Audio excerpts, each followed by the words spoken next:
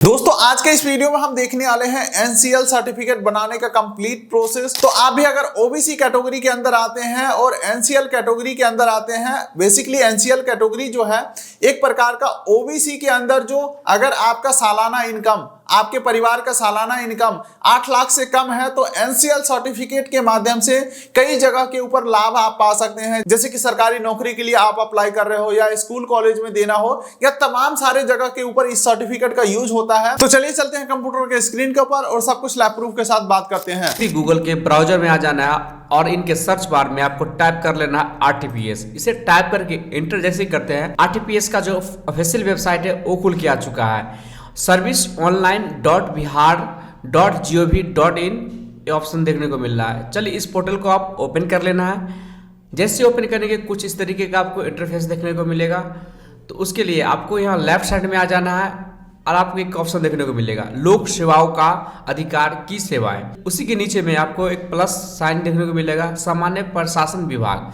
तो चलिए इस पर हम क्लिक कर देना है और जैसे यहाँ पे क्लिक करेंगे यहीं से आप आवास बना सकते हैं, जाति बना सकते हैं और आय बना सकते हैं। लेकिन हमको जो सर्टिफिकेट बनाना है वो आपको यहाँ पे देखने को मिल रहा होगा, नॉन क्रीमी लेयर, जो कि बिहार सरकार के द्वारा बना सकते हैं। और यहाँ पे नॉन क्रीमी लेयर आप केंद्र सरकार से बनाना है। तो यहाँ पे केंद्र सरकार वाले ऑप्शन पे हमको क्लिक कर देना है और यहाँ आपसे पूछा जा रहा है आप कौन स्तर से बनाना चाहते हैं। अंचल, अनुमंडल तो पता ही होगा और जिला तो आपको पता ही होगा। अंचल मतलब प्रखंड स्तर पर बनाना चाहते हैं तो इस पे हम क्लिक कर देंगे और जैसे यहाँ पे क्लिक करेंगे आपका एप्लीकेशन खुल के आ जाएगा। आपको यहाँ पे एप्लीकेशन को आपको फिल करना है। तो सबसे पूछा जाएगा कि आपका जो सर्टिफिकेट का जो फॉर्मेट है वो कौन सा भाषा में रखना चाहते हैं, हिंदी रखना चाहते हैं या इंग्लिश होता है। इस ऑप्शन को आपको फिल करना ही है, तभी आप आगे बढ़ सकते हैं।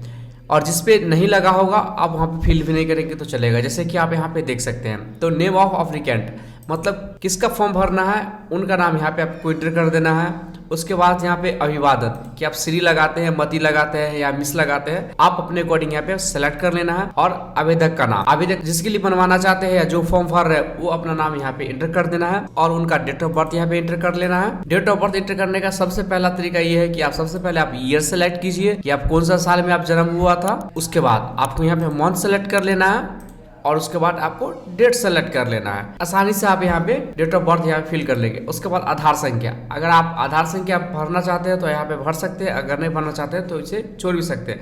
अगर आधार संख्या यहाँ पे फिल करते हैं तो आपको ओटीपी वेरीफाई करना पड़ेगा, तो ये प्रोसेस थोड़ा आगे बढ़ जाएगा। तो फिलहाल इसे आप स्किप ही छोड़ देना है। उसके बाद अस्थायी पता यानी परमानेंट एड्रेस पे हम आ जाते हैं। अस्थायी या परमानेंट एड्रेस में आपको यहाँ पे राज्य सेलेक्ट कर लेना है।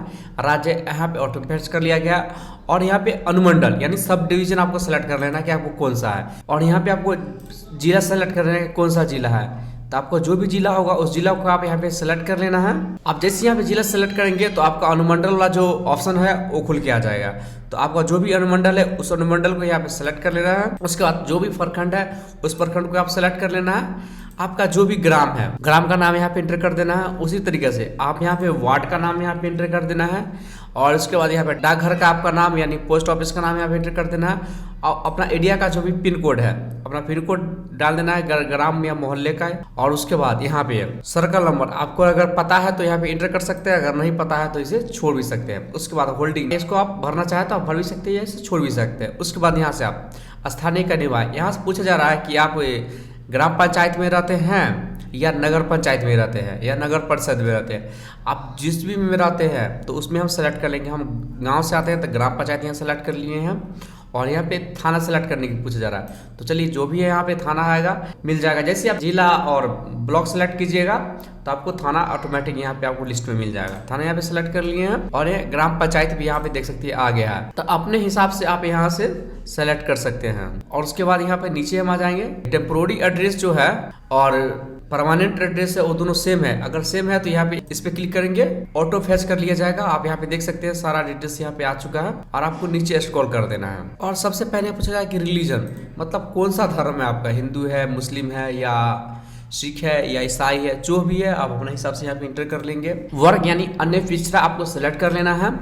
उसके बाद यहाँ पे जाति, आप कौन सा जाति है, अघोरी, अमाद, कादर, कलंदर, कौरा, कोच, कुरुप मतलब जो भी है आपका वो यहाँ पे आपको कास्ट यहाँ पे देखने को मिल जाएगा। तो आप अपने हिसाब से यहाँ पे कोई सेलेक्ट कर लेना है। उपजाति यहाँ पे देख सकते हैं, अगर आपके पास में सब कास्ट यहाँ पे सर्टिफिकेट है कौन सा वो आप यहाँ पे सेलेक्ट कर लेना है। और यह उप जाति क्रमांक संख्या अगर है तो आप यहाँ पे भर सकते हैं, अगर नहीं है तो इसे छोड़ भी सकते हैं। और पेशा या मतलब कौन सा आप काम कर सकते, छात्र है, सरकारी सेवा है, निजी सेवा है, कौन है, अन्य आप जो भी है आप यहाँ पे सेलेक्ट कर लेना है। उसके बाद नीचे आ जाना है और उसके बाद यहाँ पे पिछड़ी जाति का क्रमांक संख्या जो है आपको यहाँ पे ऑटो फेच होके आ जाएगा। यहाँ पे आपको पिताजी का नाम यहाँ पे एंटर कर देना है वो भी इंग्लिश में, और यहाँ पिताजी का नाम यहाँ पे एंटर कर देना है हिंदी में। उसके बाद पिताजी का जाति जो है वो यहाँ पे सेलेक्ट कर लेना है और जाति सेलेक्ट करके उनका जाति का जो क्रमांक संख्या होगा आप यहाँ पे एंटर कर देना है। उसी तरीके से माता का नाम यहाँ पे इंग्लिश में एंटर कर देना है। उसके बाद यहाँ पे नेम ऑफ हस्बैंड, हस्बैंड का नाम आपको एंटर कर देना है और हिंदी में यहाँ पे उसी तरीके से आप यहाँ पे नाम एंटर कर देना है। उसके बाद आपको ईमेल एड्रेस यहाँ पे एंटर कर देना है और आपको मोबाइल नंबर आपको यहाँ पे एंटर कर देना है। और आप यहाँ पे हाल ही में जो भी फोटो खिंचवाए होंगे उनको यहाँ पे आपको अपलोड कर देना है, जिनका साइज बहुत ही कम होता है जो कि 5 KB में होता है, उसको आपको अपलोड कर देना है। और उसके बाद नीचे हम आ जाएंगे, आप यहाँ पे देख सकते हैं अभिभावक, पिता या पति की स्थिति, मतलब उनका डिटेल्स यहाँ पे भरने के लिए बोला जा रहा है। जैसे कि आपके पिता कौन सा काम करते हैं, गवर्नमेंट में है या प्राइवेट में है, उनका डिटेल्स यहाँ पे भरना है। अगर माता जी है तो आप उनका यहाँ पे भरना है। अगर आपके पति है तो उनका यहाँ पे डिटेल्स भरना है। अगर नहीं है कोई गवर्नमेंट में तो आप इसे छोड़ भी सकते हैं।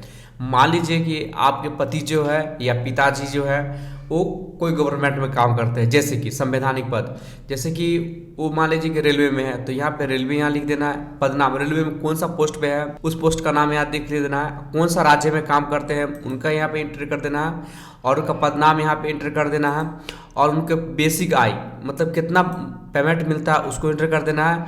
नियुक्ति की मतलब कब वो ज्वाइन किए थे उनको डेट यहाँ सेलेक्ट कर देना है। और उम्र, जिस उम्र में सरकारी नौकरी में लगे थे उसको डिटेल्स यहाँ पे फिल कर देना है। उसी प्रकार से यहाँ पे माता जी का एड्रेस फिल कर देना है। उसी प्रकार से यहाँ पे फिर पति का यहाँ पे एड्रेस आपको फिल कर देना है।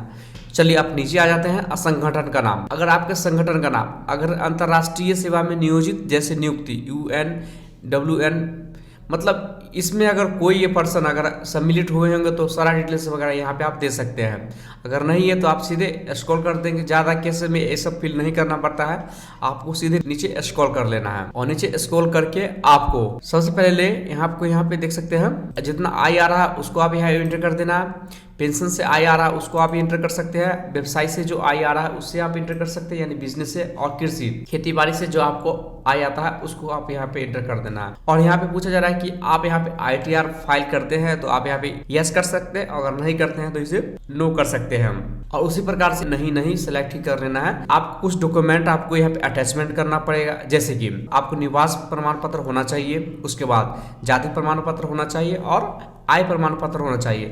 और ये स्वयं शपथ पत्र जो होता है RTPS के वेबसाइट पे आपको मिल जाएगा, आप वहां से प्रिंट करके उसे बेसिक फॉर्म होता है फिल करके आप इसे अटैच कर सकते हैं। तो सारी डिटेल्स यहाँ पे अटैचमेंट हम कर देते हैं। और यहाँ स्वघोषणा पत्र आ गया, यहाँ सेल्फ डिक्लेरेशन है, चलिए इसे एग्री कर लेना है।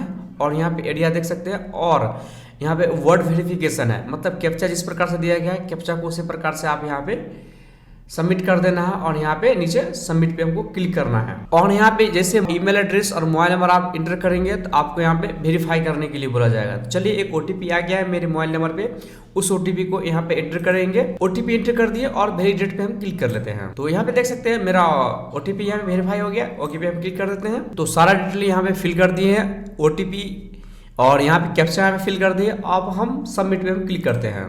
जैसे यहाँ पे सबमिट पे क्लिक करते हैं तो एक पॉपअप मैसेज आया है, यहाँ बता जा रहा है कि आप डिटेल्स वगैरह को सही से भर ले, मोबाइल नंबर और ईमेल एड्रेस को सही से एक बार जांच कर ले, ताकि आपका जो भी डिटेल्स वगैरह हो आपको SMS के माध्यम से या ईमेल के माध्यम से आपको डिटेल्स वगैरह आपको भेज दिया जाएगा। तो मेरा सब कुछ यहाँ पे ठीक है, तो हम ओके पे हम क्लिक करेंगे और हम नेक्स्ट पेज पे हम आ चुके हैं। तो अपना सारा डिटेल्स वगैरह आप यहाँ पे देख सकते हैं। आप सीधे नीचे स्क्रॉल कर लेंगे और अटैच एनेक्चर पे क्लिक कर लेंगे। अगर आप चाहते हैं कुछ एडिट वगैरह करना तो आप यहाँ से फिर से बैक जाके एडिट वगैरह आप कर सकते हैं, यानी सुधार वगैरह कर सकते हैं। चलिए अटैच एनेक्चर पे क्लिक करेंगे और यहाँ पे हम डॉक्यूमेंट अटैचमेंट पर हम आ चुके हैं। तो यहाँ पे सबसे पहले आपको कास्ट सर्टिफिकेट आपको अपलोड करना है और रेसिडेंस सर्टिफिकेट और इनकम सर्टिफिकेट, ऑथ लेटर, सारा डॉक्यूमेंट यहाँ पे हमको अपलोड करना है। तो चलिए सारे डॉक्यूमेंट को 1 बाय 1 यहाँ पे अपलोड कर लेते हैं। तो आप यहाँ पे देख सकते हैं कौन फाइल यहाँ पे अपलोड कर सकते हैं, JPG या PDF अपलोड कर सकते हैं। तो चलिए मेरा JPG और PDF में भी है,